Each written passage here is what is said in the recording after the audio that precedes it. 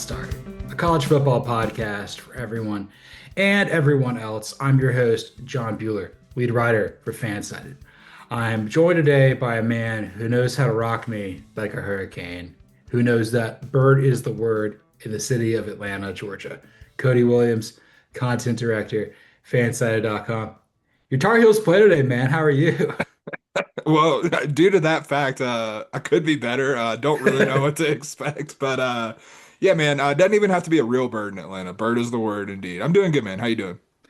I'm a little banged up here. Just tired. Worked all day Saturday. Went and go covered the South Carolina Virginia Tech game at Mercedes-Benz Stadium alongside new boss man Michael Collins. Mhm. Really tired, but this show doesn't sleep. We got to put a show out here on Labor Day on Monday for you guys. And your boys, North Carolina Tar Heels, are hosting the TCU Horned Frogs in the final game of Week One. Can't believe it's a standalone, but it's going to be epic. Look, I truly could not like I said this in the preseason. Anything is on the table for what could happen at Kenan Stadium tonight. Like it is, there's nothing that's not on the table. If Jordan Hudson like walked out and assaulted a referee, it would not surprise me at this point. Like that's where we're at with this. Um, But we'll see what happens. Maybe maybe I'll be on Thursday's show talking about how North Carolina is going to be in the playoff. You're gonna be showing up on Thursday's show looking like Dr. Effing Manhattan in that That's like Carolina blue. right. That's right. You'll just try to blow me up through the screen the whole time, and it may or may not work, but it's great here. All but one game has been played thus far. We've got some takeaways. On Thursday's show, we'll be bringing back Stephen B. Swift's second take based Mhm. on our opinions of the AP Top 25 poll. Still need tonight's game to be played. But right now, we've obviously false started. So Mhm. let's move on to our first topic, like we're going to do every Monday with playoffs. You're kidding me. Yes, sir. One week in, our projected top 12 college football playoff brackets and our first four out. I had a little bit of a hard time putting it together kind of towards the end there, but I feel like it kind of made sense here. Again, we have to have five conference champions in it and the other seven teams. Yeah. However, we're Yeah, not feeling great currently. all right. How do you want to do this? Just go 1 to 12, basically. Yeah, I think that makes the most sense. And I'm assuming we probably both have the same number one. I have Ohio State at number one. Yeah, Ohio State at one for me as well. Very impressive week one victory over Yeah. Texas. You hold serve at home. That was my number one to start the year. Defense looked fantastic. Yeah. I think Julian Sayin looked slightly better than Arch Manning. And I think more importantly, Matt Patricia looked pretty good calling plays defensively for them. Steve Sarkisian, what are you doing, brother? I truly don't know what Steve Sarkisian's doing. Matt Patricia coach circles around him just point blank period. Which is not a great look for Sark, supposed to be an offensive mastermind and got sunned basically on Saturday afternoon at Columbus. Um, I'm still not all the way there with Julian saying. I do think he looked a little bit better than Arch Manning, but at the same time, and I understand you're going up against Texas's defense, which I still believe is one of the best units in the country, but at the same time, like Ohio State was bottom four in the country in terms of explosive play rate in that game. And when you have guys like Carnell Tate, when you have guys like Jeremiah Smith, like you would hope for a little bit more with that. And we were worried about the coordinator situation. Matt Patricia more than, acquitted himself in the first game for Ohio State. Still a little worried about Brian Hartline. I'm not Yeah. sure where that's going to go, but I mean, there's no reason to not have Ohio State number one right now. No, for sure. I mean, Pete Kwiatkowski called a really good game defensively for them. I don't know what AJ Milwee does for Texas. I Yeah. don't know. But Hartline, there's a little bit of concern. More importantly, just the running game did not seem to be as ferocious as what Yes. Ohio State's usually is. Bullish to see that how the team takes over. I'm not going to say the Ryan Day comment, but just type Ryan Day in on Twitter and you'll see why he's trending. Look, man, his body is his canvas. What can you say? Uh, Jim Harbaugh gets tattoos and he gets something else, and this is That's, false. that's right. Uh, I gotta say this, like there was only one of the body parts that we are talking about with Ryan Day that appeared to have something done to it. That's psychotic. You got to get both of them done. Like you can't just do one. Yeah, I mean, you're not Mark Hoppus of Blink-182 Yeah, too. exactly. Like when you're in the conversation with Mark Hoppus, like, and if you're Ryan Day, that's not a great place to be in, man. I took her out. It was a Friday night. I wore cologne to get the feeling right. Let's move on to who we got at number two. Maybe we have the same team here. I don't know. But I've got Penn State at two right now. Okay, I do not. I have Penn State at three. I have your dogs at two. So Okay. Yeah, I've got Georgia down at four, but okay. Penn State looked pretty good versus Nevada, but it's not taking with Jeff Choate there in Reno. Penn State did what it needed to do. Again, this is the driver. I thought Drew Aller played with confidence, but Mhm. again, like this is against a bottom tier Mountain West opponent.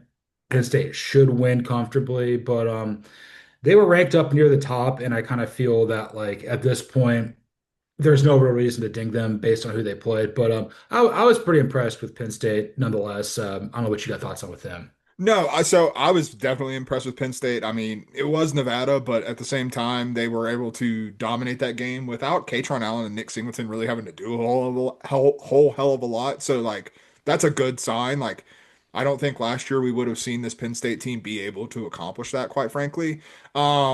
One thing that I did find notable is right out of the gate, they started targeting pretty heavily Kyron Hudson and Trevor Pena. And it felt almost a little bit like you get a new convertible in like December and you take it out every now and then just to, make sure that the motor's running and the engine are running right. But you're not going to actually take the top down and let it loose until probably the end of September when you see Oregon. But like they did give us a little taste of that, and it does seem like this wide receiver core has definitely improved.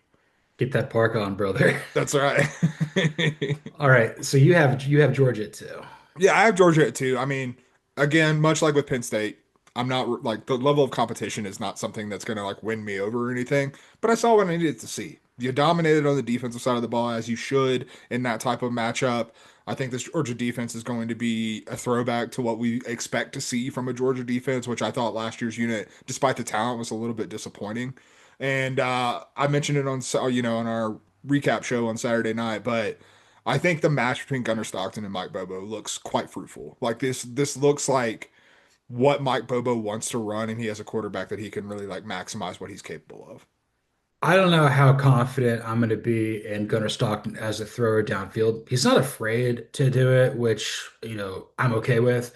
The threat of him being able to run looks pretty good. If anything bad were to happen to Stockton, Ryan Puglisi looked pretty good there in extreme garbage time. Running game looked good. A little concerned about the offensive line, but the defense is going to get Glenn Schumann a job he doesn't deserve. And Yeah. you lose Malachi Starks, in comes KJ Bolden. That guy is going to be special. He might Uh, already be special, brother. I don't even know if gonna be is necessary there. no, but like Ellis Robinson played a little bit after redshirting last year. CJ Allen, Christian Miller looked the part in the front seven.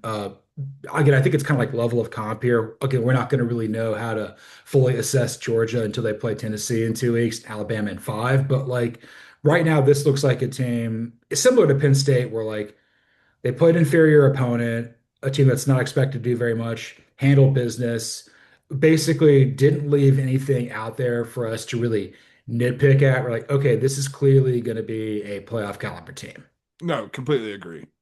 All right. And I'll go three for me. Three is where I got LSU. Okay, I have LSU at four, so we have the same top four, just in a different order. So yeah, you've got Penn State at four Penn State and at three, Penn and State at then three, LSU at four. LSU at four. Yeah, I thought it was very impressive to see LSU go into Death Valley and claim Clemson, South Carolina as their territory. yeah. I think Garrett Nussmeier looks the part. Like Mhm. this is a guy that I think should be a top five pick. Probably going to go play for the Browns or the Saints next year. Yeah.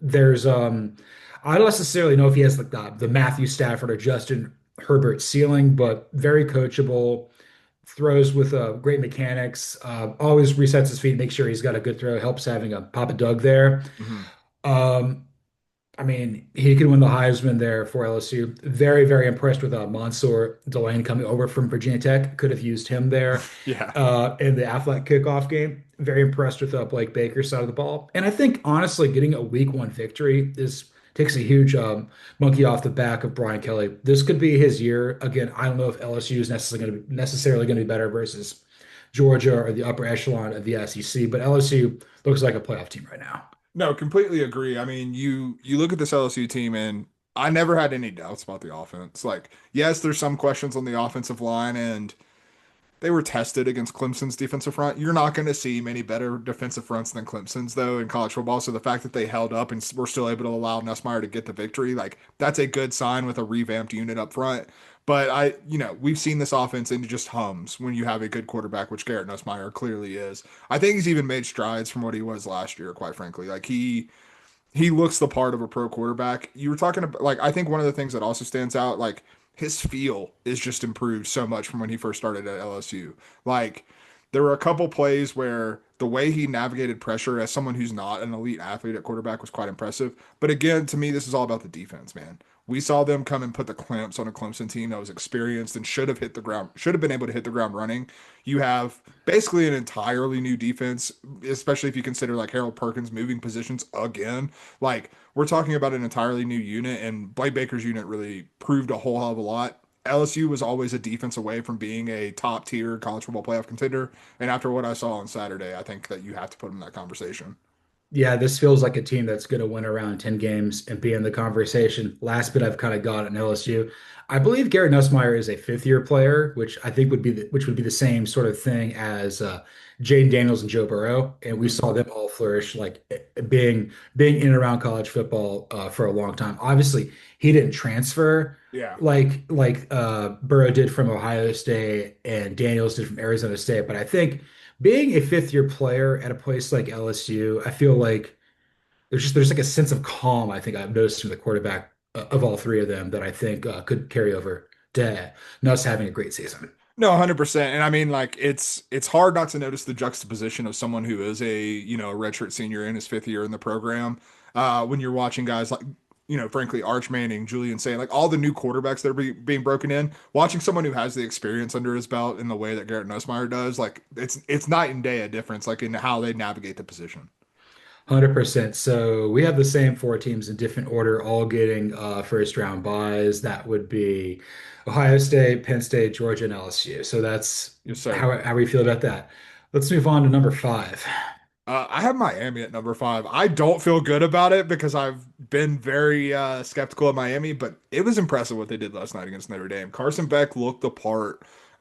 This defense is much improved from what it was a year ago. Shut down Jeremiah Love, which is not something I saw really many teams in the country being able to do, much less Miami. And yeah, man, it's Miami looks capable of living up to their talent. I still don't trust Mario Cristobal, but you got one of the best wins in the country already under your belt. And so like that's a very big thing. And it also helps that it came the same week that Clemson lost. I have Miami at six. Mhm. I mean, I didn't wasn't able to watch a lot of this game because I was covering South Carolina, Virginia Tech in person. But it's a testament to the coordinators that Cristobal has with Shan Dawson and Corey Heatherman. I thought that Oh they yeah. both complemented each other very well.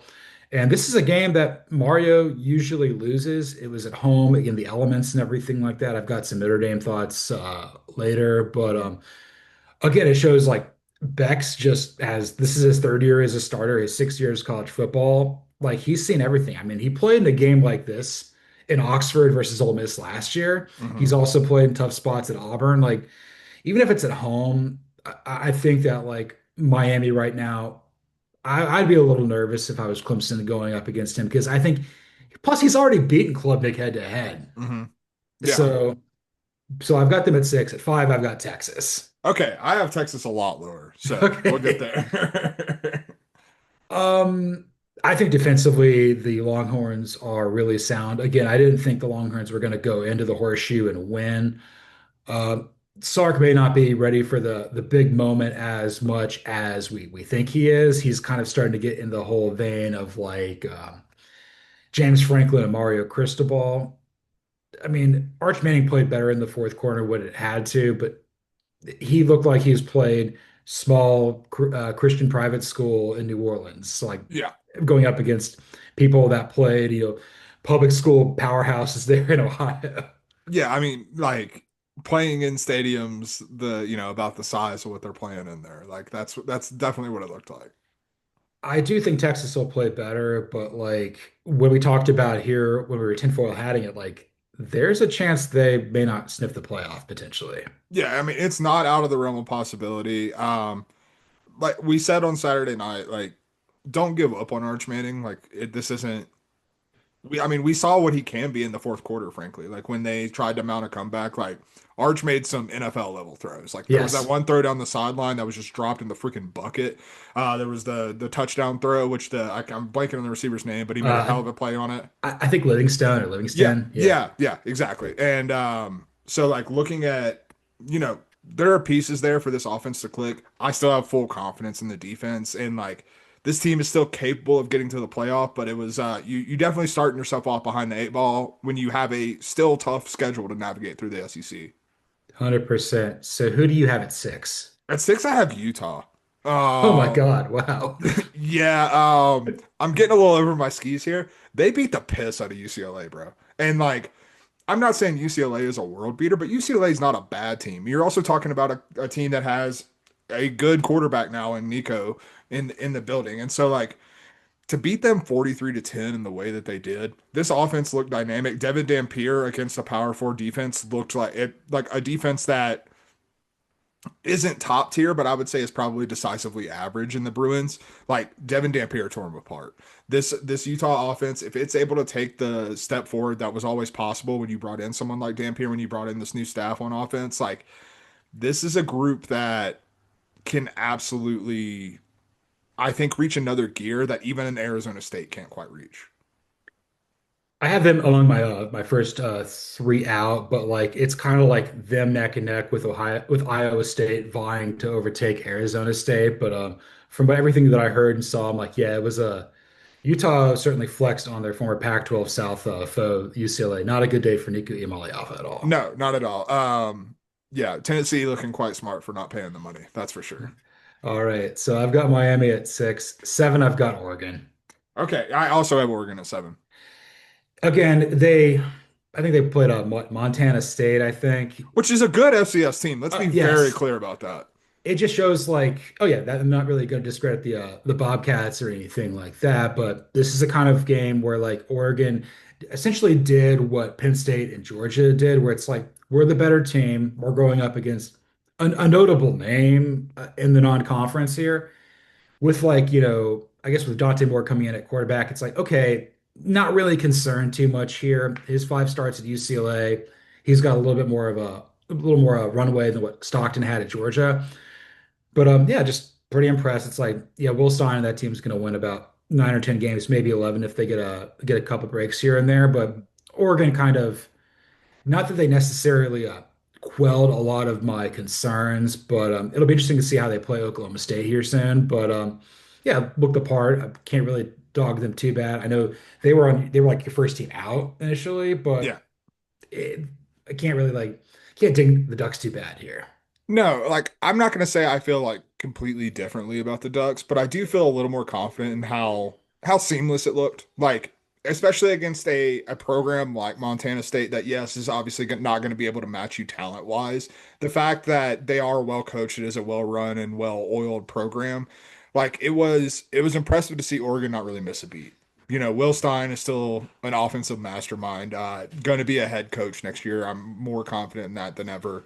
And it seems like you do have at least a stable base when it comes to Dante Moore there. And so, you're starting with a high floor, which I think is probably Oregon's biggest strength right now is how high that floor is.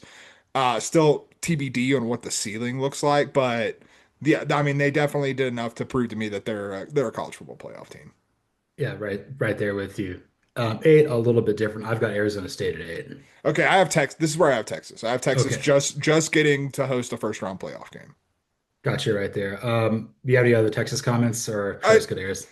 Yeah, we can move on real quick. Like I worry about Texas a little bit. We need to see Arch Manning really develop quickly. The good news is you get UTEP and San Jose State to do that in the next couple weeks. And there's another opponent that's not very good in there. I can't remember who it is off the top of my head, but regardless, yeah, I mean, like I think we're gonna see Arch Manning start to come into his own, but It definitely didn't happen this past week, and that has me a little bit worried. For sure.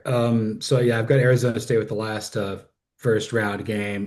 They beat up on the Lumberjacks and the Lumberjanes of Northern Arizona. Again, a quasi rivalry. It's like Georgia Southern or whatever like that is Yeah. over there in Arizona.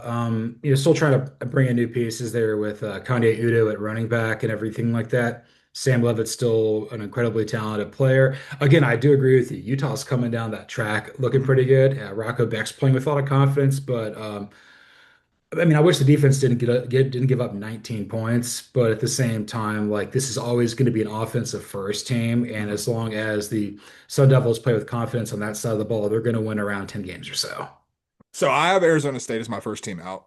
And it's more just being really bullish on Utah and my core belief that the Big 12 is only getting one team into the playoff. And it's not to discredit Arizona State. I still think they're a good team. I still think like we're very much, in my opinion, like I like Iowa State and what they're doing. I still think that Utah and Arizona State, at least after 1 week, look to me like the class of the conference. And I think that's probably the matchup we're most likely to see in Arlington.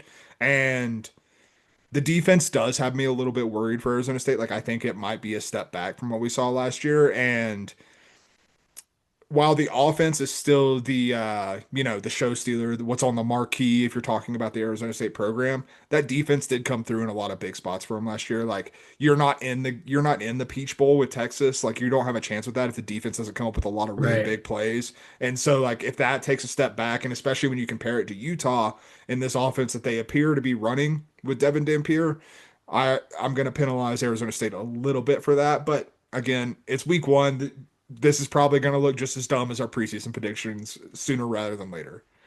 That's totally fine here. So at number nine, I've got Clemson.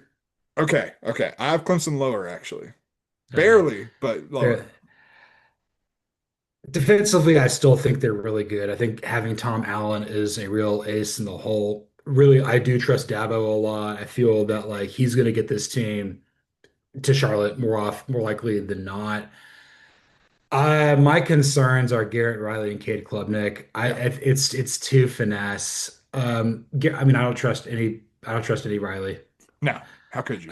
It's all been down since Rick Riley at Sports Illustrated becoming That's right. What a goat, dude. what a good dude. I Yeah, freaking love I freaking love Rick Riley. yeah, man. Probably one of my all-time favorite sports writers. Dude, I like as everyone knows, I'm a big golf guy and I listen to the No Laying Up podcast, free plug for them, not that they need it, but every once in a while they'll do like deep dives into old majors, which as a golf nerd I freaking love. And like every single one of them, they're quoting Rick Riley columns about major championships, and it's some of the best stuff you've ever heard. It's unbelievably good. Like I find myself just going and reading old Rick Riley columns after the fact. My favorite Rick Riley thing ever was, I think it was back at '02. The Red Wings are playing the Carolina Hurricanes in the Stanley Cup. He talked Yeah. about Carolina having a chance. And then somebody went through with like red pen, like it's a red, like it's a Red Wings fan, just tearing it apart. And they circled like the disclaimer at the bottom. This is best piece of content on this page. Oh my God. It was so funny. That's awesome. I'm pretty sure the Red Wings won that year, but that's okay. Yeah. Yeah. Carolina won a couple years later, but that's neither here nor there. My thing with Klubnik is I'm just looking at him. I don't necessarily love his body language. It's kind of got some Riley Leonard, Philip Rivers complainer thing. Yeah. I know he doesn't have the as impressive hair game as you and I, but I was like, he just feels like he's unconfident with his own hairstyle, like messing around, like it's in between. Doesn't trust his offensive line. His offensive lineman Linthicum has like dreads. I'm like, can you actually block, dude? Just hit the guy in front of you. That's all we're asking. I just think that like I'm so down on him as an NFL prospect. This is Blaine Gabbert. He doesn't like getting hit, and whoever Yeah. drafts him, it's not going to work out. I'm sorry.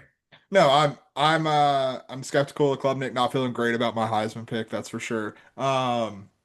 And yeah, I'll go ahead and I have Clemson at 11 going on the Okay. road to play Utah, and I would probably take Utah in that matchup right now. That's how I feel about Clemson. Like I understand how like I still am a full believer in this defense. I'm still a full believer in the talent that this roster has.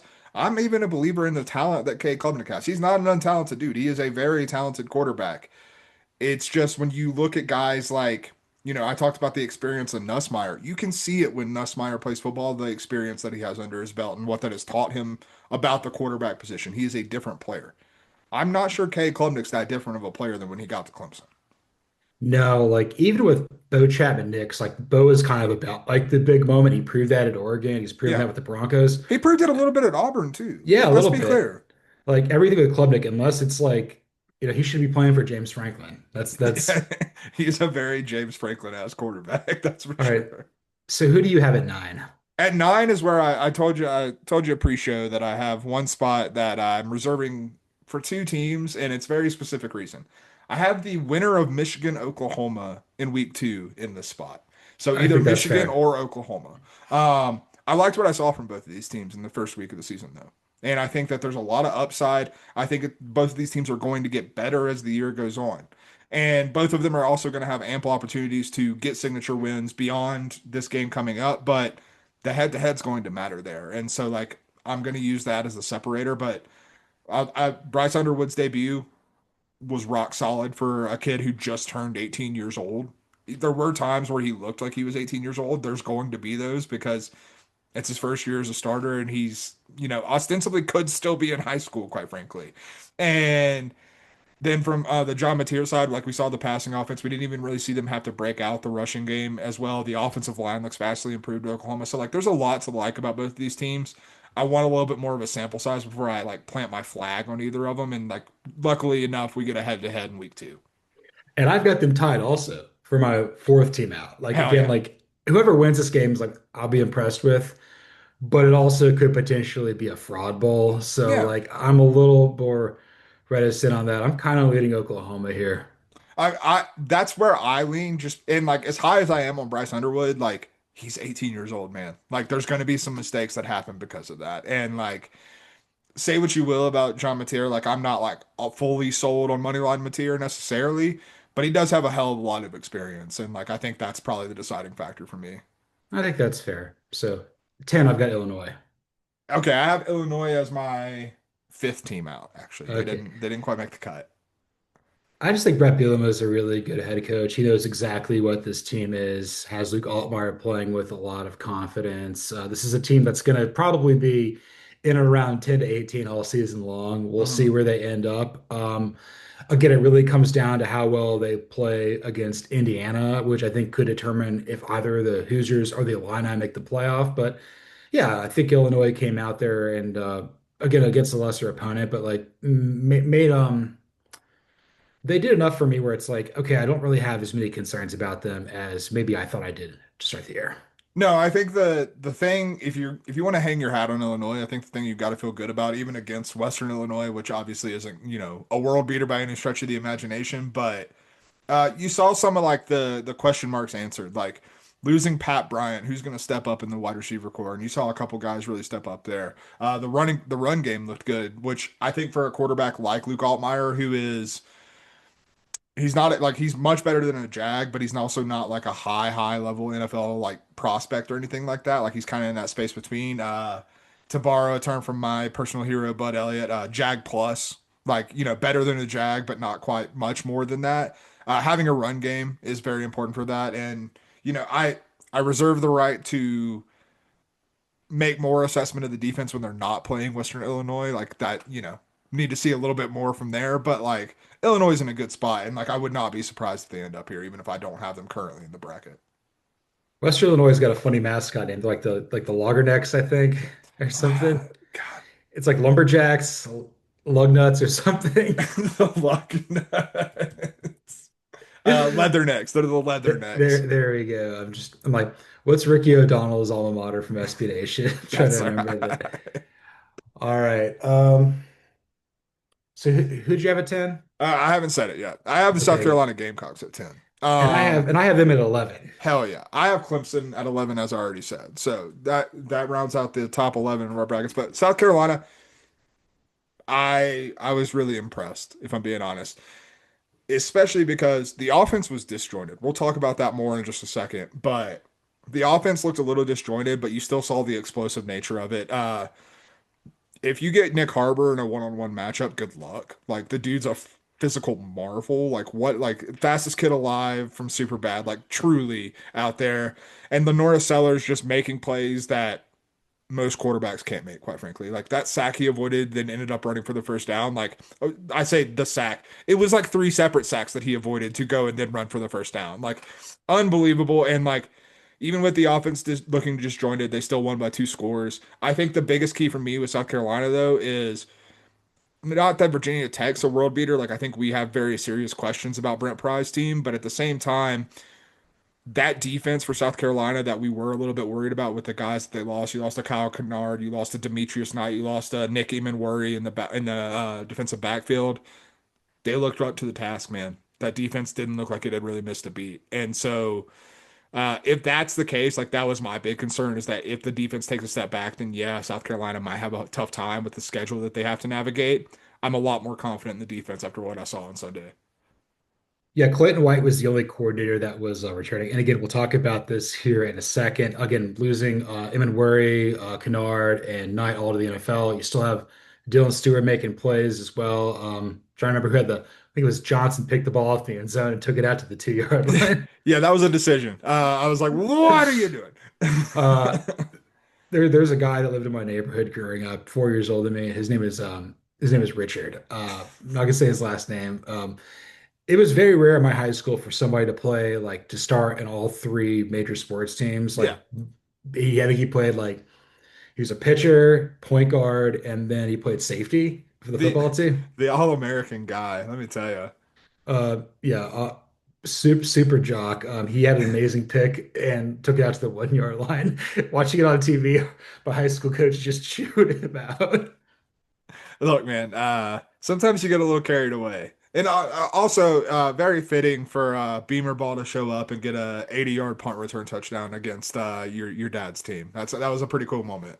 Yeah, everybody was really excited to see Frank Beamer out there on the field. It was really cool. LaNorris Sellers gave him the game ball too, which was super cool to see. Yeah, nothing but Well, love for the Beamer family, that's for sure.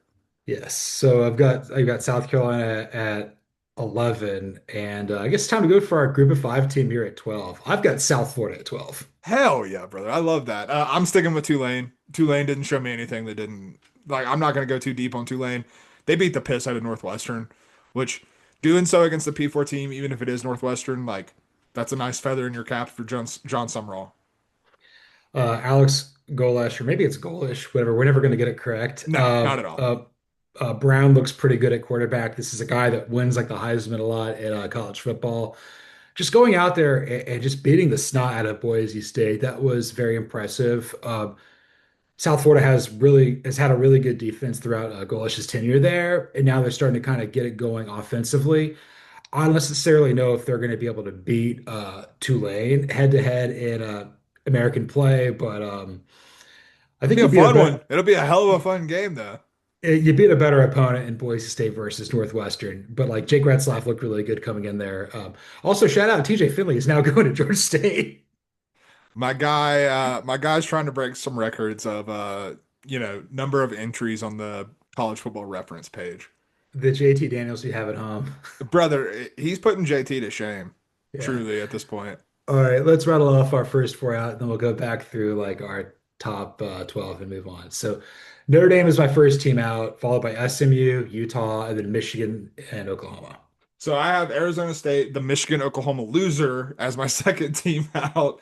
And then Notre Dame, and I may have lied to you. I have sorry, my brain is all boxed in. Illinois as my fourth team out, not my fifth team out. I don't know why I Okay. said fifth team out. Regardless. It's Labor Day and we're still working here. So let's go through our top 12. Let's do first four buys and then like our first round matchups. You go first, Sarah. Okay, so one I have Ohio State, two I have Georgia, three I have Penn State, four I have LSU. Those are our four buys. Then I have number 12 Tulane at number five Miami, number 11 Clemson at number six Utah, number 10 South Carolina at number seven Oregon, and then number nine the Michigan Oklahoma winner at number eight Texas. The 7, 10, 8, 9s are pretty good for you. Like I feel like 7, 10 with South Carolina, Oregon just seems like it just Oh, that's book a it fun one, man. That's gonna the lights are gonna be bright on that one. 100%. So My first four buys are Ohio State as the projected Big Ten winner. Number two, I've got Penn State as the projected Big Ten runner-up. Three, I've got LSU right now as the projected SEC winner. For Georgia, SEC runner-up. Those all get buys. My 5 versus 12, I've got the South Florida Bulls going to DKR to play Texas. Oh, yes. That's going to be interesting. Just a lot of bulls, a lot of horns. Hey man, USF is gonna have a fun weekend too. I believe they play Florida in week 2, and Yeah. Florida's had some issues with the Josh Heupel offense before, and I'm curious. Let's just say that I'm curious. Yeah, Florida might be on upset alert potentially. Yeah. 11-6, I've got South Carolina at Miami. That's going to be electric. Oh hell yes. Uh, 10-7, you got a Big Ten matchup with Illinois going to Autzen to play Oregon. Hmm. And then your 8-9, Clemson at Arizona State. Oh hell yeah. Yeah. Dabo's not gonna know what hit him. Dabo's not going to know what to hit him. Dabo in Scottsdale. It's not a natural fit, that's for sure. No, but Dabo's trying to like order a drink at Boondocks, and he goes, I'm trying Jennifer. He's trying his best, man. This is probably the best segment I could talk about from covering South Carolina, Virginia Tech at the Aflac kickoff game. Three new coordinators taking over. You've got Mike Shula replacing Dowell Loggins for South Carolina. It took until the fourth quarter for the offense to really come alive. Sellers got was could do no wrong in the first drive. That was all pretty scripted, Hmm. and then they kind of stalled out there until after the punt return that flipped the game, and then Sellers was able to connect on a fantastic deep ball to Nick Harbor. There was another one in the end zone where everyone's like, "Oh, he caught it." No, I had the perfect view of it. It was not a catch. It, it was close though. It was close to being a catch. I just felt like a badass seeing that. And then Virginia Tech has to work in two new coordinators there for Brent Pry. Philip Montgomery, even though Kyron Jones was really inconsistent, that did show signs of promise that I think it's going to work in ACC play. Certainly a better fit than what Tyler Bowen was doing. And I've been a real big fan of Sam Seifkes coming over from the Arizona Cardinals. I thought that Virginia Tech's going to get back to what it kind of was maybe under Bud Foster. So maybe Bud Foster light, mate. You were ready for that. I was not. That's good. I like that a lot. No, I mean, I think this is kind of just who Virginia Tech is, and like I understand the breaking in of the new coordinators. Like that's definitely a factor. One that you rightfully pointed out we saw for South Carolina as well. But I also wonder if Kyron Drones and like a Kyron Drones led Virginia Tech team is capable of competing with the top teams in the ACC at certain points throughout the season, but they're also going to lose some games that are just kind of going to be head scratching. Like I think that's just kind of who they are with him at quarterback because he's just a wildly inconsistent player. Receiving game there is pretty good. They got a bunch of guys named Hmm. Green. They're pretty good outside the numbers. My concern with Virginia Tech, just kind of with this Philip Montgomery offensive attack, is it's a little too spread between the tackles, and then you go up against like a South Carolina team that typically recruits top 15 in the country. Hmm. Like you're not going to be able to get those big plays up the middle. Like you'll get 3 or 4 yards at a time, but like if you get a penalty or you get a drop, like it's hard to kind of make do with that. Yeah. They got a really big game versus Vanderbilt this weekend, and Are they ready for the live dog? That's really what you I, got to know. I don't know. It is really cool seeing Inner Sandman in person. Though. It was electric. No, I when we were going through our playoff bracket, I was just sitting there thinking, I was like, man, like I don't know if it's gonna happen, but it would be sick as hell to get a home game in Columbia, South Carolina. Like that would be freaking awesome to see. They waited until like the fourth quarter to hit Sandstorm, and that was right after the punt return touchdown, or in the Benz was just on fire. Dude, the Ben seemed like a good environment. Like the sound on the TV on that punt return was loud, very loud. Yeah, it was. I mean, Brett Pry made a very convenient excuse in the post-game press conference for why it happened. He's like, "Well, we had a illegal formation penalty, and we had to put our gunners out there, and they weren't like in position." It's like just execute better. Like this is I, you're the program defined by Beamer ball going up against Beamer's son. with Beamer there, and like that basically just opened up the floodgates. And I thought Virginia Tech played pretty well within itself for a while. South Carolina played with its food a little bit, and that goes back to Mike Shula. I don't think he's a massive downgrade from Dowell Loggins. I I don't know if I'd go as far as saying massive. I do think he's probably a downgrade. But I'm willing to give it some grace. Like one of the things that stood out to me was some of the protections didn't really make sense for a player like LaNorris Sellers. Like a lot of it was pushing pressure, kind of to the outside and how you're protecting him. And like I'd much rather funnel that to the interior and let LaNorris Sellers get outside the pocket a little bit more. And like that's something Shula's going to get. I have full faith that Shula is going to uh figure it out a little bit more, and we're going to see better versions of the South Carolina offense moving forward. Again, I still think it's a downgrade. I don't think it's going to be the heights that they could have reached had Dow Loggins stayed, but I do think it's going to be fine. And I mean, prior to last year, like we weren't like super high at Dowell Loggins to begin with. He got that Yeah. Chicago Bears stink on him, so Yeah. that It happens. takes a lot to wash that off for sure. You need the Brillo pad to get that off. But like really the yes, you do. Oh, that's not Charmin. That's pumice, brother. That's right, baby. Just kind of some big takeaways, just kind of from being there and seeing it. Like Sellers is he was. I looked at him in person. It's like this is like the last time I saw somebody like who looked like this at the Benz was like Patrick Mahomes in person. Like it's impressive. Like he's got Yeah. the body. He's a little bit like he could be a little bit bigger in like the legs a little bit, kind of more so. But like the size is good. The feel of the line of scrimmage is there. Like everything that we say about Cam Newton, Josh Allen, Ben Roethlisberger, maybe a little bit smaller, but like Cam Newton, like this is gonna work. And if he plays up to his potential this year, he may turn pro because like beyond Nussmeier, like, is there really anybody else we've seen to this point? Maybe Aller becomes this. Klubnik did not look like this, but like there will be three quarterbacks going in like the top 12, and it might be him. Yeah, no, 100%. And like, if anything was proven to me on Saturday, it was that Arch Manning is coming back for the 2026 season. Yeah. Like we talked all along about how, or I've talked all along about how the NFL values experience more than ever, and dude looked like an inexperienced quarterback, like in a very big way. Still high on the future prospects of Arch Manning, but like we've got a ways to go before we get there and get a finished product ready for the NFL to buy in. Cade Klubnik, I think his star is going to decline throughout the year, and I do think we're looking at probably I'll throw Sam Levitt's name in there as Yeah. well as someone that could get some entry. But like you're looking at Levitt, you're looking at Sellers, you're looking at Nussmeier, and you're looking at Aller. And I think those are right now the top four that I'm really looking at. Like John Mateer could potentially get in there. He's a little bit small, so worried about that. But those are my top four looking at it right now. Yeah, but Tierra and Mendoza need a little more time, Hmm. but there's there's certainly promise there. And I mean it is Labor Day, so we might as well, break our arms, patting ourselves on the back. We've been about this like from the jump with Arch Manning. It's like he's coming back for at least another year. Hmm. There will be growing pains. And we're also in the same belief like he is never playing for the Colts, he is never playing for the Saints, and he is never playing for the Giants. Like that's never happening.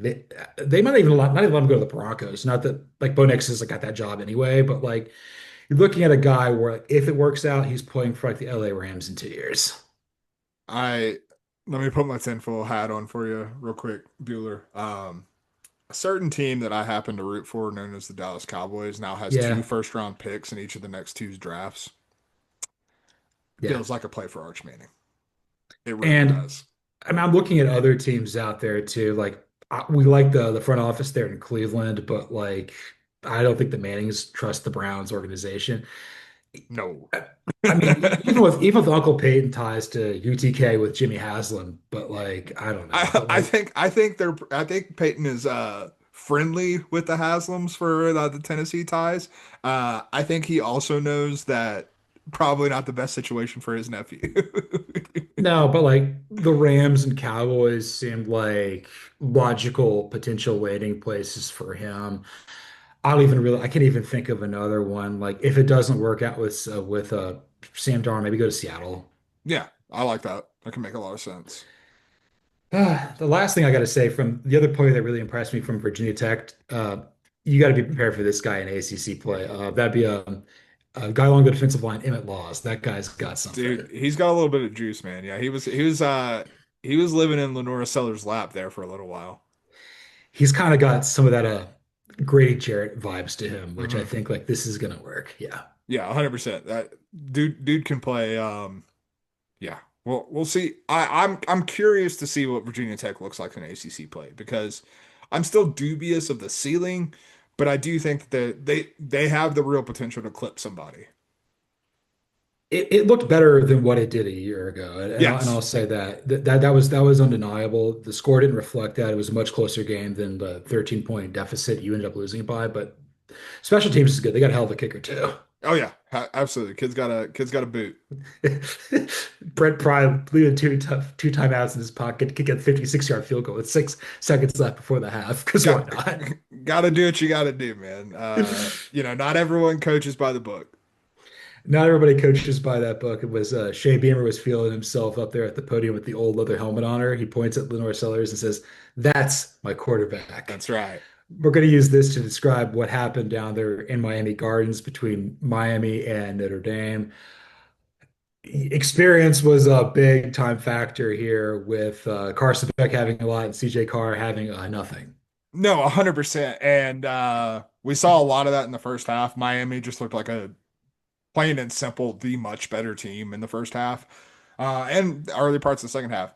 I'll give CJ Carr some credit. I think he grew up a lot in this game, more so than like I think the growing up, so to speak, happened a lot quicker than it did for someone like Arch Manning. Like Arch Manning seemed like it was a little bit quicksandy, to borrow a term from the great film The Replacements, and but Carr pulled himself out of it. But some of that is also just like kind of the Mario and the Miami of it all, if we're being real honest about it. And that's when I think the experience and the talent level of Carson Beck comes in. Not to say that Cam Ward didn't have that, but I think Carson Beck has just more in those types of games, he's just more battle tested than Cam Ward ever was coming into that situation. And so whereas Cam Ward, what I feel because of that was probably a little more susceptible to the Mario, the mismanagement, the game management of it all. Carson Beck was able to overcome that. Like with a minute left, Miami kicked the game-winning field goal because he drove him down the field in 2 minutes to get him in position. And like to me, Carson Beck looked the part, man. Like I was skeptical of the injury. It really had me spooked and worried about Miami and like what their ceiling was offensively because if he can't throw, that's probably a problem for your quarterback. He can throw, man. And they replenished the wide receiver core and yeah, I mean, Miami's going to go as far as Carson Beck takes them. And I mean that very wholeheartedly because he's going to have to overcome Mario Cristobal again to get this Miami team to its ceiling. He just did that. So like Yeah, he that's what I'm saying. He's going to have to do it again, but we now know that he is capable of that, which is a very good thing if you're a Hurricanes fan. Uh, there's been like a lot of slander about Carson Beck this offseason, and rightfully so in some instances. But I will say this: the guy's not afraid. The guy like has played in so many tough environments. He's lost 3 games in his career. He's lost to Yeah, Bama twice for like one score, and then in an absolute just like torrential downpour in Oxford, Mississippi, versus a right. really good Ole Miss team. And he's won in places like I mean, he's won like he won at DKR, he's won at Jordan Hare.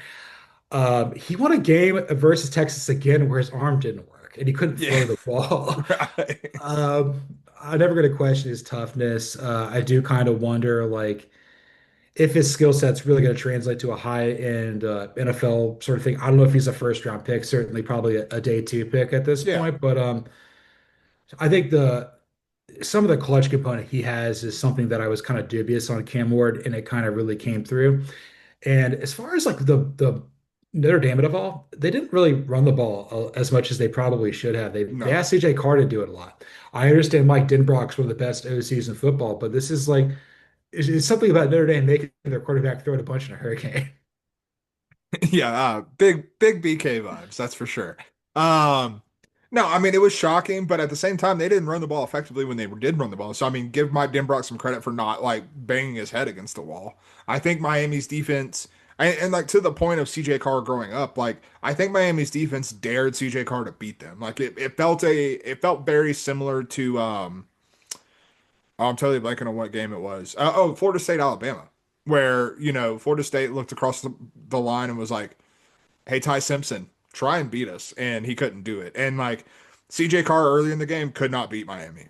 And the fact that he was able to mount a comeback, like, I think that we saw the flashes of why Notre Dame was confident enough to go with CJ Carr. And I'm still like the fact that we both have Notre Dame outside of our playoff does indicate that we are a little bit worried. Like he's got a lot of growing up to do, and he's got to do it quickly because they play Texas A&M very shortly. So like there are some questions about Notre Dame, but I walked away overall still somewhat impressed about with CJ Carr. Like I think that there is enough upside to see that Notre Dame is in good hands for the future. I'm just not sure it's going to lead to them necessarily meeting expectations this year.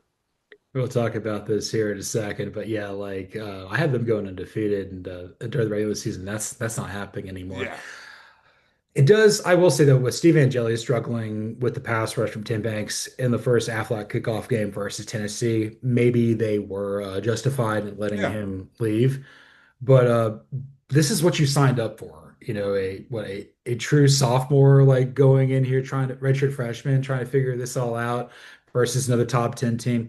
You came within a possession of winning on the road in a Mhm. difficult environment, so can't ding them up too much. But like Notre Dame not playing a conference, this is the margin of error that like you got to win 11 games, and now they have to win out, and I'm not sure they're going to.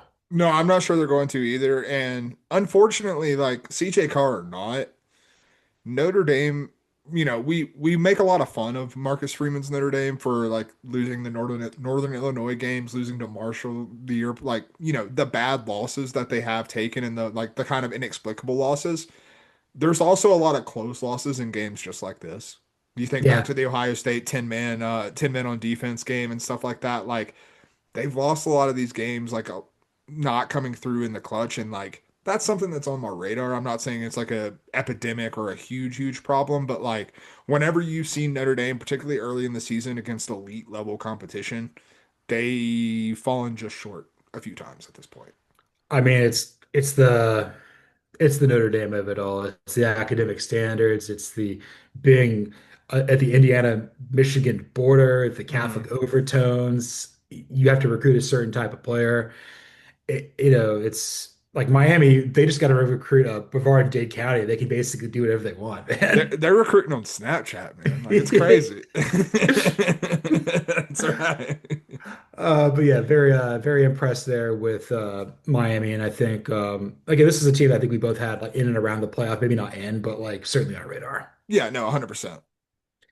And let's be dumb or let's do some mea culpa here with I'm an idiot. We got a lot wrong today. Maybe it's not just one thing, but like it's still early in the season. We're trying to get this right, but where were some just really bad takes you and I had? Well, we'll just continue the Miami conversation because that's where it's got to start for me. I dogged Miami throughout the offseason, man, and I'm an idiot because this team looks pretty damn good. Um, Still a lot of new pieces, and obviously you had an opponent in Notre Dame who, was breaking in some new pieces of their own and had some questions because of that going into this game. But man, I was dubious of Carson Beck, and he looked the part. I'm still dubious of Mario Cristobal. I have full justification in being dubious of Cristobal at this point based on his track record. But at the same time, man, this is a talented team, and based on what we saw from Clemson, based on what we saw from everyone in the ACC outside of Florida State to this point, Miami looks like the class of the conference at this current, like after 1 week. Yeah, because I mean, like, how much stock could you really put in what Louisville or SMU did? Exactly. Although Georgia Tech did eke one out against Colorado, that's not easy. No, 100%. But at the same time, like Miami always had a higher ceiling than both of those, Right. and you just went out and you got a top 10 win to your resume. 100%. So I got a few where I feel just incredibly dumb about. I got to start with Notre Dame and Boise State. Those are two where like I had Notre Dame going undefeated. I had Boise State winning the group of five, and it doesn't look like either of those are going to happen anymore. No.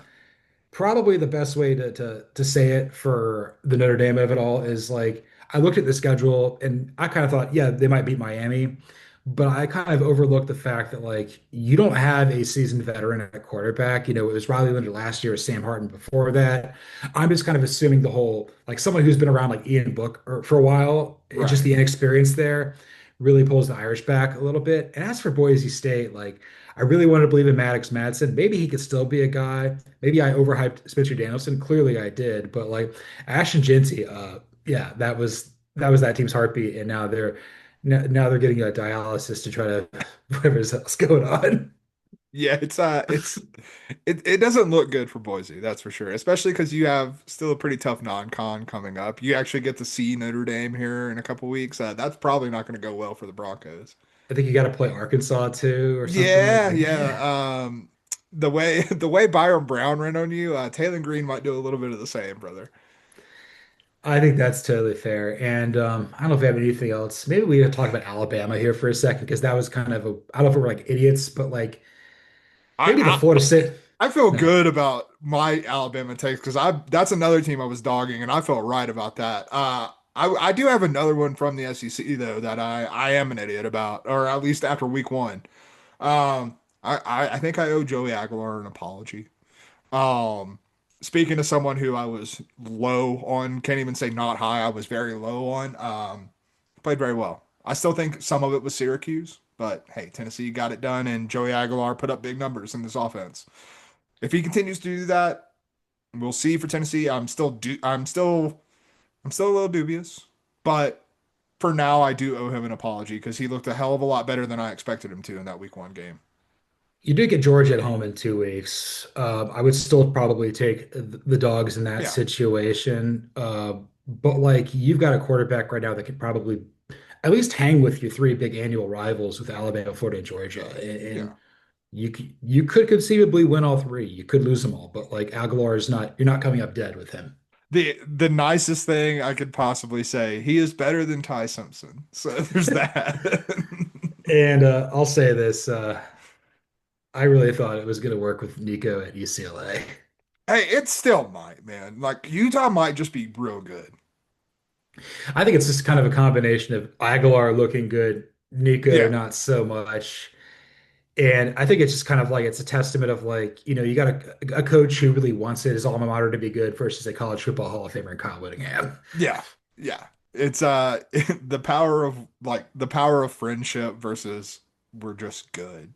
Like that's really what it is. I'd love to see Kyle Whittingham do a press conference where he answers everything in only three to five words. We're just good. I mean, I think that's his ideal press conference, frankly. No, like judging by his personality, that seems right up his alley. And I'm just going to say this: he will retire as soon as the Utes make the playoff, which could be this year. Yeah. Like I feel he owes it to himself and his team, everybody, to make that happen. No, 100%. And he seemed like again, he's someone who does this on his own terms, man. And like I do think he does have that type of goal in mind when he's thinking about when he wants to hang it up. But he's also not going to be someone like Kurt Ferentz that just sticks around way too long. Like if he wants to, like if he's ready to go, he's gone. You know what I mean? He's going to make sure the program's in a good spot because he doesn't want to have a transition of power that hamstrings Utah because I think he has too much pride in the program that he's helped build. But at the same time, like he's not gonna linger if he doesn't want to. I mean, besides maybe Ferentz, I think it's him and Gundy are like the longest tenured head coaches. Yeah. They got Troy Calhoun by a couple of years too, but like not a lot of guys who were coaching when we were in high school. God Still, no, but he's still there, and he's still got his fastball because that's the other thing when you look at the other longest tenured coaches. I worry that Gundy, I worry that Ferentz have lost their like. We haven't spoken about Iowa. Offense didn't look fixed, brother. Did not look very good at all, and we get to see it on full display in El Assico this week. But yeah, like Ferentz looks like he's lost his fastball. Gundy looks like he's lost his fastball. Whittingham, not the case. the clones are going to smoke the Hawkeyes. It's just Yeah, going it's not it's going to be good. Rocco is going to throw for more yards on one play than Gronowski does the entire game. Like we got duped again by that. You know what? That's another one. Mark Gronowski. We're idiots, bro. Like we got duped very hard. I still think he's a good football player, but I don't think Iowa's going to let him throw the football. It doesn't seem like it, at least based on what we saw in week one. Yeah, I mean, it's like you go get some like pre-made sushi at the grocery store. You know it's imitation crab. You know it's just fish. It's the same thing. It's imitation Steelers. Like, what are we doing? Yeah, it's tough to watch, man. It's tough to watch here, but I've got a favorite number and a favorite question, and we're going to combine them here with some TIN 10 do Host or do Host. Yes, sir. This is going to be so dumb. I can't wait. All right, Cody's brainchild. We're going to combine these two delightful segments. We're going to do 10 random FBS college football teams, and we're going to go do Host or do Host on essentially if we're buying or selling them the rest of the way. That's right. And to help us out, I have a random generator, a wheel of every FBS team, and I'm going to click spin, and that's how we're going to get our 10 teams. We have not done this beforehand, so Tony Romo levels of prep for this segment. Let's go. So I'll start us off, click and spin, and we've got stop the Cincinnati Bearcats. Lost a close one on the road, or neutral site to Nebraska. Mhm. I'm gonna go do Host two S's here. Nebraska looked really disjointed, and this is year three for Scott Satterfield and the Satterfield Bowl. The Satterfield Bowl, yes. This is an opportunity to really take some positive momentum. I mean, you had a fellow 89er, Travis Kelce there, Patrick Mahomes, and Taylor Swift, and he couldn't get it done. I'm so down with the Bearcats. Yeah, I'm due Haas two S's as well. I'm sure there are going to be some Cincinnati fans who ascribe Nebraska looking the way it did to Cincinnati. I don't think that was the case. That nearly as much as Nebraska just self-inflicted wounds from a much of that game. Um, Sorsby looks good at quarterback. Like I do believe in Sorsby as a talent, but man, like for as disjointed as Nebraska looked, Cincinnati looked just disjointed. And the problem with that is we've seen Nebraska look better than that with a lot of the current players that they have. That's kind of what the Satterfield era has just been in Cincinnati. Like it didn't look like anything had changed. They just don't recruit on that level. I mean, outside of Sorsby and Dante Corleone, like what sort of NFL level player do you have? Exactly. And the Eh, answer's probably none. like with Fickle, you had like six at any given time. And now you don't have that. And that includes Desmond Ridder, who's not really an NFL player, but he was at one point my quarterback. He has a pro football reference, and that's the Uh, nicest thing we can say. I am keeping tabs of this, so in case we hit a overlap. So you spin it again, brother. I spun it again, and we got the SMU Mustangs, baby. SMU Mustangs, pony up, do Host 1S. This is a team that I have going to play Clemson in the ACC championship to start. This is a team that I had making the playoff. I do need to see Kevin Jennings become a little bit more composed in big situations, but I love the rapport that he's got with Rhett Lashley. And this team's not afraid. And we got a huge game this week. We're gonna preview that now. We're going the Antonio Banderas Bowl of the week is going to be Baylor SMU, and we're going to be doing a band of forces for it Yes, too. sir. It's gonna be legit, man. But Uh, no, like I'm due Haas 1S as well. Obviously not a whole lot you're gonna glean from beating East Texas A&M, which I found out was a school this past week. Me Um, too. uh, sorry, I don't know what your mascot is. Neither here nor there. But to your point about Kevin Jennings, I think the fact that you look at this non-conference schedule, he kind of gets the opportunities to take some steps forward in terms of those big moments before that because you have two in-state rivalry games outside of ACC play, which I think could be incredibly valuable. You get this game against Baylor this week, and then your last non-conference game in week 4 is going on the road for the Iron Skillet against TCU. Those are two quality Power Four opponents that you're going to be able to play. One of them's going to be on the road in Fort Worth, and like that's going to be a big moment, and like the crowd's like it's a rivalry game. The crowd is going to be behind TCU in that one. Going to give Kevin Jennings a lot of opportunity to step up. What I really want to see in this Baylor game and what I think will further embolden us when it comes to SMU, I need to see the defense because obviously I'm not going to make any defensive takeaways from what you did against East Texas A&M. Like even the fact that you gave up 13 points, I'm going to assume that was against the backups. Like I'm Yeah. going to assume that was not your starting defense out there showing everything that you have in your arsenal. But there's no reason to not have good vibes about SMU right now. I looked up the mascot name for East Texas A&M. Like, are they the Javelinos? No, they're the Lions. Ah, yes, Could have been more wrong. the famous Lions of Texas, of course, of course. They're both mammals. One's a cat, one's a pig. That's right. All right. Uh, rotation number three. Who do we got here? We got the Indiana Hoosiers, which is an interesting one.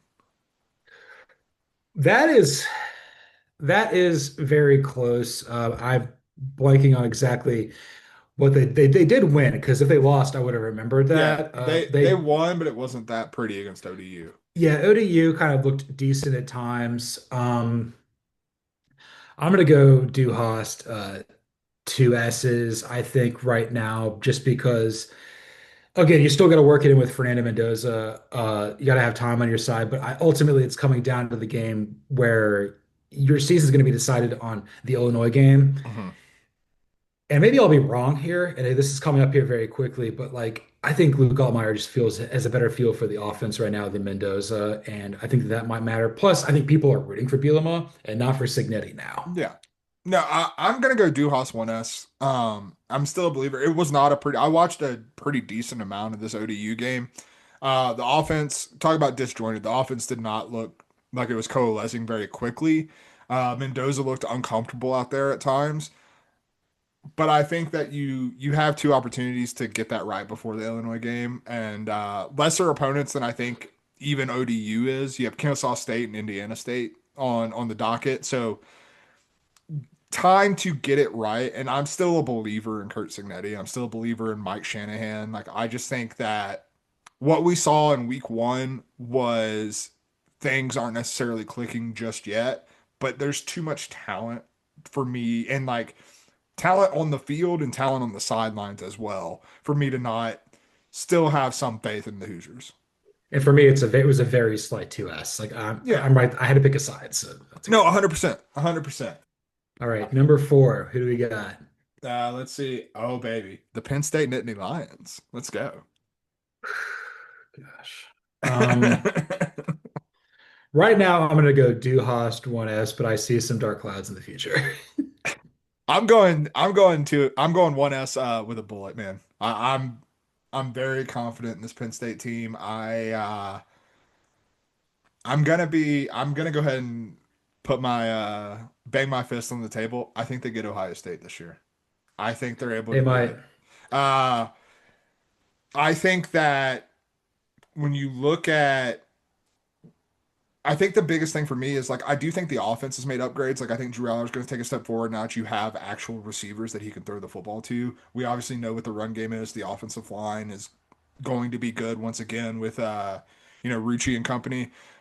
This defense looks just as good as last year, man. And that's something that I was kind of forecasting. Maybe they take a slight step back. Like it's Penn State. We know the defense is always, and like you bring in Jim Knowles, but like it's not just Jim Knowles. You also look like you have a lot more dudes, like just replacing Abdul Carter, replacing dudes in the secondary.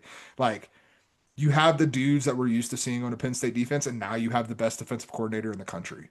Like, man, I think like it there's not many upgrades you could make from Tom Allen, but Jim Knowles is one of them. You still have the driver at the helm of it, and that scares the S I out of get it. me. I get it completely. I do think Andy Koltnicki gets better in year two. This is how I feel about Penn State this year is how I felt about Oregon last year. Like, this is the year to do it. Are you going Mhm. to do it? I don't think you are. Prove me wrong. I'd love to see you prove me wrong. Please do it. Yeah, I'm with you there for sure. All right. Halfway there, living on a prayer. Who's team number five? We're getting some heavy hitters from the old random wheel over here. We got the Ole Miss Rebels. Ole Miss Rebels. I'm gonna go Duhast 1S. We were very high on them. I think that there are some cracks in the foundation near the top of the SEC, Mhm. namely in Alabama and Texas losing. I don't fully trust LSU. I trust Georgia a lot. Tennessee's doesn't seem to be like going to go away. South Carolina played with its food a little bit, but looked all right. I think Ole Miss could potentially be a top 4 or 5 team in this league going away. Yeah, 1S, man. We've talked about it before. Their schedule super navigable. Um, Very curious to see the Tulane game. I believe that's in week 3, if I'm not mistaken. Mhm. So very curious to see what that one looks like because I think that could be quite telling. Especially with someone like Summerall on the sidelines going against Austin Simmons, who we talked about on Saturday night. Like wasn't perfect. No, Had two turnovers and made some mistakes. But that is also, like I said on Saturday night, it is a construct of the Lane Kiffin offense. Like the ball's going to be put in harm's way from time to time. And but I think you saw enough from Simmons in the opener to have faith that there's not going to be the drop off that some were forecasting for the Rebels. and even if you do lose to Tulane, like it's not going to be that bad of a loss. Yes, you don't play any Power Four team in the non-conference, but you play essentially near enough with the Greenies and Wazoo. So like, Yeah. yeah. It's not a cakewalk schedule by any stretch. The problem is you still got to play LSU, South Carolina, and Georgia. Yeah. I mean, a cakewalk schedule in the SEC is different than a cakewalk schedule in other leagues. All right, number six. Who do we got? Who we got for this? Speaking of teams that Ole Miss has to play, we have Washington State. Washington State Cougars. Um, Duhas to us is just lost so much this year. I understand that like Rogers is coming in there from South Dakota State, but just like not making it into the Power Four, losing Batir, losing Arbuckle, losing Yeah. Jake Dickert to Wake Forest. Shout out to beating Kennesaw by one week one, brother. Hey, might be Um, the only win they get this year. That's good for them. that's possible too. They might be Stanford bad. This is not the year to expect much out of Washington State. I think Oregon State gets them again. Like I think Yeah. Oregon State's kind of ascending, and Washington State. This is just one of those years where it's just not going to work out for you, but that's okay. No, 100%. Quite frankly, the offense looked bad against Idaho State. You put up 13 points, man. Yeah. Not really what you're looking for. There, or sorry, this wasn't even Idaho State. This was Idaho. Forgive me on that, but yeah, not feeling great about all that they've lost. And like Washington State is in the position they're in because of a lack of resources, more or less. And when you lose your head coach and your offensive mastermind and your quarterback, um, it's kind of what you get. Getting loose in the Palouse there, the battle of Ian Levy versus Braulio Perez. That's right. Braulio was sweating it out. I don't think Ian knew a game was going on. That's right. That's par for the course. 100%. All right, team number seven. Manny Diaz's Duke Blue Devils. Um, I'm gonna go. I'm gonna go Duhast 1S. I think that the team still has a relatively muted ceiling, but Mhm. like I think they're gonna win around 8 games this year and be a strong pillar in the upper middle class of the ACC. Yeah, I'm going 1S and pretty strongly. It was a slow start against Elon in week one, but then we saw him kind of figure it out, specifically Darian Mensah. And there's a reason they looked at Malik Murphy and said, "We're good," and went and got Darian Mensah. And it's because this kid can play, man. And I'll actually push back slightly on the muted ceiling. I don't think we know what Duke's ceiling is because when you look at Duke teams, whether it was Mike Elko or Manny Diaz that have had success in recent years, they've done so essentially with their hands tied behind their back, or at least one hand tied behind their back offensively in a lot of cases. Like even with Malik Murphy, like that offense was not pretty. The offense did not like wasn't smooth by any stretch of the imagination. Mensa has the chance to be like a force multiplier in a upper middle class of the ACC that frankly has some questions. Like I don't think that there's good teams, don't get me wrong. Like you got your Georgia Tech, you got your Louisville, and there's like, some bankable commodities in there that we've seen, whether it's, Brent Key and what he's done there, or Jeff Brom and what we know he's capable of. But at the same time, like Duke can be at that level if you have a defensive mind like Manny Diaz coaching that side of the ball and recruiting and developing players, and you get an upgrade what Darian Mensah can be at quarterback. Malik Murphy, you got too many A's in your name, bud. That's right. Too many A's in your name, not enough on the field. That's for sure. Uh, but you got a D on your hat and you got too many A's in your name. It's just confusing as hell. Let's move on to team number eight. Team number eight. Let's see. We're spinning. We're spinning. We're spinning. A team that you spent a lot this week with, Wisconsin. Wisconsin Badgers. Again, like in my new role with FanSide, I cover predominantly Georgia and Wisconsin. Shout out to Mark Knight. It's been fantastic working alongside you. Uh, I want to be positive. I do like Billy Edwards Jr. a lot, but Duhas 2S is Luke Fickle's cooked. Yeah, two O's, two S's, man. this ain't it. And I like Jeff Grimes as a massive upgrade over Phil Longo on the offensive side of the ball, but like Luke Fickell's being paid the big bucks, and he's just looking like Steve Coogan out there, just like, doesn't look like a Power Four head coach. And it's like Wisconsin should be better than this. Like the recipe is not that hard. Recruit farm boys, run the ball, and play together. And I kind of felt that like there was just too many people, ad-libbing, doing their own thing out there. It's gonna be interesting to see how they show up against Middle Tennessee this week with presumably Danny O'Neal starting. They need to win this game, and if they have some positive momentum, it wouldn't shock me if Wisconsin played out of their mind and gave Alabama a game. I don't know if they're gonna win, but like I'm really nervous about how the Badgers look in Big Ten play. No, I am as well. It basically everything that we've seen so far, and like especially if you remove Billy Edwards for the equation for it might just be the Middle Tennessee game. It could be a little bit longer. It's kind of up in the air right now. But however long you don't have Billy Edwards, like he's the factor that I think kind of changes things for them. But it really still feels like it's two worlds colliding and it's not, not making something better. That's for sure. Rather than making a goldfish climbing a tree, let's spin the wheel for number nine. Yes, sir. We have. Oh my God, it landed on Wisconsin again. Hold on. You already know. What are the odds of that? Because Okay. The Syracuse Orange. I'll start us here. Duhas two S's. I think this team might be awful, dude. Yeah, they have the most difficult schedule there in the ACC, and it compounded pretty badly in the first half versus Tennessee. I still think the world of Fran Brown as a Oh head yeah. coach, but this is like Duhas 2S is like this is a team that I thought was going to go 6-6, maybe a 4-8 team. Yeah, 100%. Like I don't even think Steve Angeli's that bad. Like I don't No, think it's necessarily a him problem, but Syracuse got hurt pretty badly in the transfer portal, both specifically in the trenches on both sides of the ball. Like that offensive line could not hold up even remotely against Tim Banks' defense.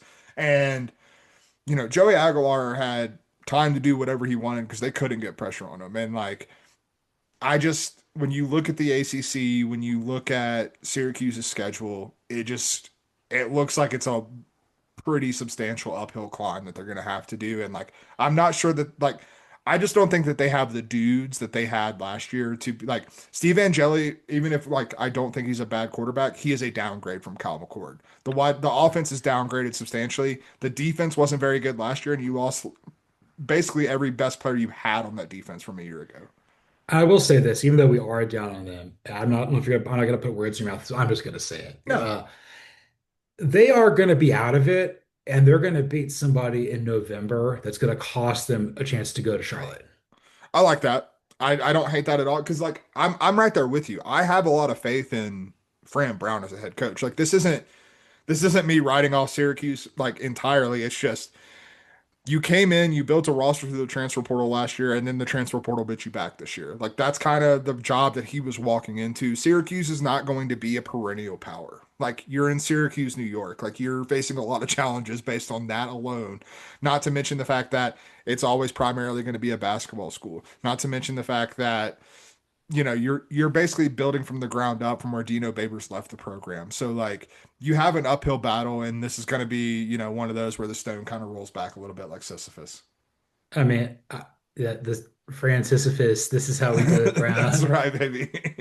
Paul Pascal and eat your heart out. Okay, the last team we're going to do. Who is going to check this box for us? It's a hell of a fun one to end up with. The UCLA Bruins, baby. uh, Duhas two S's. I kind of feel that like it may be lamb and tuna fish with Nico Iamaleava. Deshaun Foster was really feeling himself at Big Two Media Days, and he got egg all over his face like he was robbing a bank, and blue paint went everywhere. I'm gonna stick my neck out on this one and go do Haas 1S. Oh snap! Okay. So let's not forget, Nico came to UCLA late in the process, like very late in the process, and unexpectedly as well. Would say that the offense was probably not catered to him when he arrived on campus in Southern California. Um, I think we see this offense and Nico improve as the year goes on. More importantly, I mentioned it offhandedly earlier, but I think this game had a lot more to do with Utah than it did with UCLA. Like, I think UCLA is exactly what we expected UCLA to be, quite frankly. Like, I think they're still probably going to make a bowl game. I think that UCLA has the potential to not be like a doormat in the Big Ten by any stretch of the imagination. I think they just ran into a Utah team who might be even better than high preseason expectations would have had them. And I think that's fair in some capacities. But the big thing for me is like, how many teams in the Big Ten are we sure are ass? And are we sure UCLA is not among them? Northwestern's looks pretty Northwestern's bad. hellacious ass, brother. I'm gonna go ahead and like I don't know what happened to the Preston Stone we once saw at SMU, but he no longer exists. It's not the Like, same guy. and I mean, there's other teams that we don't think are going to be very good, but Purdue has a lot of pride with Barry Odom. I think Malik Washington could keep Loxley's job going a little bit longer there in Maryland, Mhm. and Iowa might be yes, that would be hilarious. Iowa looks pretty ass. I will say Rutgers didn't look very good. No, and Like we have a like we know what Greg Schiano has done for that program, and like not to disparage him either, but like there's a chance that UCLA could get ahead of a team like Rutgers. Trying to and think if then there's anyone that didn't like like Wisconsin, it could get bad if Billy Edwards doesn't play. But then we were talking about UCLA being that same group of teams like Michigan State, Mhm. maybe a little bit behind Washington and USC. Yeah. I mean, Washington didn't look great either. They had a No, game with Colorado State, who I don't think is very good. but they're still probably top half in the Mountain West, which that's just all you need to know. Yeah, shouts Boise might still do well in the Mountain West. Let's be clear about that. The Mountain West might just be real bad. The Mountain West might be real bad. That was a lot of fun, but we got to finish the show with doing more than shooting hoops and turning left. We're going to teach Bill Belichick some things. That's right. Yeah, Bill Belichick making his debut on Monday night in Kenan Stadium against the TCU Horned Frogs, and yeah, there's probably going to be some lessons that Bill Belichick is going to learn. Some of them more literal than others. And so we wanted to, go through some things that Bill Belichick might need to learn about college football before he takes the field. I think the first thing is just the wider hash marks. He's going to be livid about how far away his kicker is going to be on either side. He's like, "What are you doing?" Yeah, those are the types of things that are going to drive him absolutely insane though. And like the the clock I can see him losing his mind on like a clock stoppage after a first down. Like I could see him absolutely being livid like, "No, we're trying to bleed clock. What the hell is this?" I'm not saying he's going to make Gio Lopez cry at some point in the season, but there's going to be some abrasiveness. He's going to be like yelling at him like he's Cam Newton or Tom Brady or something. He'll probably make Steve Belichick cry for sure. Steve Belichick, he's like, you're in timeout. You're going up to the booth, bud." That's right. Also fitting that he's playing the TCU Horned Frogs. You go ahead and tell me something that he's going to learn about the Horned Frogs, and I'll jump off of that. Uh, Two things. One, I don't think he knows what a horned frog is. And two, I don't think he knows what Futurama is, or maybe even The Simpsons. No, the Hypnotoad's going to blow his mind, brother. I mean, he has been characterized on like Family Guy and The Simpsons, but like Futurama, he's like, what is this S? So what I was thinking about when you mentioned pre-show, he's going to learn what a horned frog is, and that's probably very true. They don't have many horned frogs up there in Foxborough, that's for sure. But whenever they hit him with one of these, for the horned frogs, he's probably going to think that they're like saying like a sign language slur at him. Like he doesn't know what that is. Yeah, it's probably some slur for people who hang out in Nantucket or something. That's right. Um, I'm trying to think like he's gonna be wondering like why he can't bring Jay Hutt or Michael Lombardi down on the field at certain times. Yeah. He's also I don't know if ESPN and the game day guys are going to be there in Keenan tonight. I know it's an ESPN broadcast, but I don't. Yeah, they are. I think Herbie and Fowler talked about it at the end of LSU Clemson that they're going to be there. Oh hell yeah! So that makes it even better. He's going to wonder why the hell Kirk Herbstreit has a dog on a football field. Like talk about things that Bill Belichick is going to lose his mind over. He's going to be like, "Who the hell brought this golden retriever out onto Keenan Stadium?" he's going to be going to an ESPN telecast. He's like, this isn't Joe or Troy. Yeah, right. Uh, I'm sure if Orlovsky shows up there at some point during the season, he's like, "Why do you still have a job?" What percentage chance would you give it that Bill Belichick physically assaults Pat McAfee? Uh, I don't know. I think they're friendly, but they might also secretly hate each other. Like it's not zero. That's the important point that we need to get across here. It's a non-zero chance. He's like, "Where's AJ Hawk?" That's right. I like him best. He doesn't talk. AJ Hawk play-by-play. I would love that. He has done play-by-play before briefly, but There's a awful movie that I enjoy thoroughly, but Major League Three, Back to the Minors. yes, And, starring but all the major leagues, there's always like the dunce announcer with Bob Uecker, and at one point Bob Uecker this actually might be in the second one.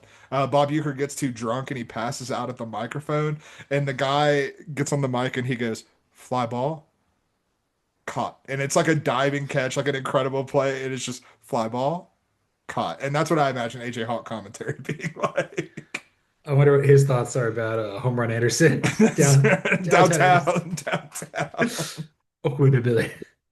Uncle Baby Billy. I saw some. I think Danny McBride, like they're making like a new show, and I think it's going to be starring Walton Goggins and Macaulay Culkin. Oh, hell yeah. Yeah. Father and son reunited. That's Uh, right. shoot, I may have spoiled that for you. That's okay. It's fine. It's okay. I have the memory of a goldfish, whether or not I want to. So yeah. And Bill Belichick's out there. It's be a goldfish because he's a Ted Lasso out there. That's I I can't imagine like Bill Belichick just like giving life advice in the way of Ted Lasso. Just not really something that I think he's capable of as a human being. I saw an interview with Vince Wilfork this week, and he was talking about the first time Bill Belichick ever spoke to him, and they were at like a mini camp or something like that, and Belichick looks at Vince Wilfork and says, "Can you tell me what Memorial Day is?" And Vince Wilfork looked at him and said, "Smoking ribs." And he goes, "No, you dumbass. What are we doing here?" And he goes, "I don't know, smoking ribs." Vince Wilfork might be one of my all-time favorite players who never played for the Falcons. Let's go out there and compete in your baby blue jeans. That's right. Baby Billy Blue Jeans. And the post-game press conference, if it doesn't go well for Bill Belichick, he's gonna be like, "We're on to Charlotte," and he's thinking they're playing the Panthers. Yeah, he's gonna show up at Bank of America. Uh, yeah, he's gonna show up all right, and we showed up today on episode 205 of Fall Start because this is what we do here. You can follow me, John Buhler, on Twitter, the X at Buhler118. You can follow Cody Williams at the Sizzle20. You can follow the show at CFP Fall Start. Like, rate, listen, subscribe, review on Apple, Spotify, YouTube, anywhere there's podcasts. Give us a 5-star review. I'll give a Mercedes-Benz Stadium a 5-star review, just first class all the way across the board. Yeah. I got to share this on air. So some of the people I saw, as I'm getting my credential, the guy next to me, Falcons and Virginia Tech legend, D'Angelo Hall, Absolute stud. having to go to a place he used to play. What's your name? I'm D'Angelo Hall. It's like you ever seen like the Tony Hawk Chronicles of when people don't recognize him in like different things? Like he tweets about his like my favorite one is he was putting his skateboard in like the overhead carry-on bin on a plane, and someone was like, "Oh, look at Tony Hawk over there." And they had no idea it was actually Tony Hawk. Look at that guy wearing that hoodie over there. That's Bill Belichick. That's right. Never mind. I'm not going to go any further with that. Whether no. Whether you're on to TCU, Charlotte, or Richmond, it's got to be false start.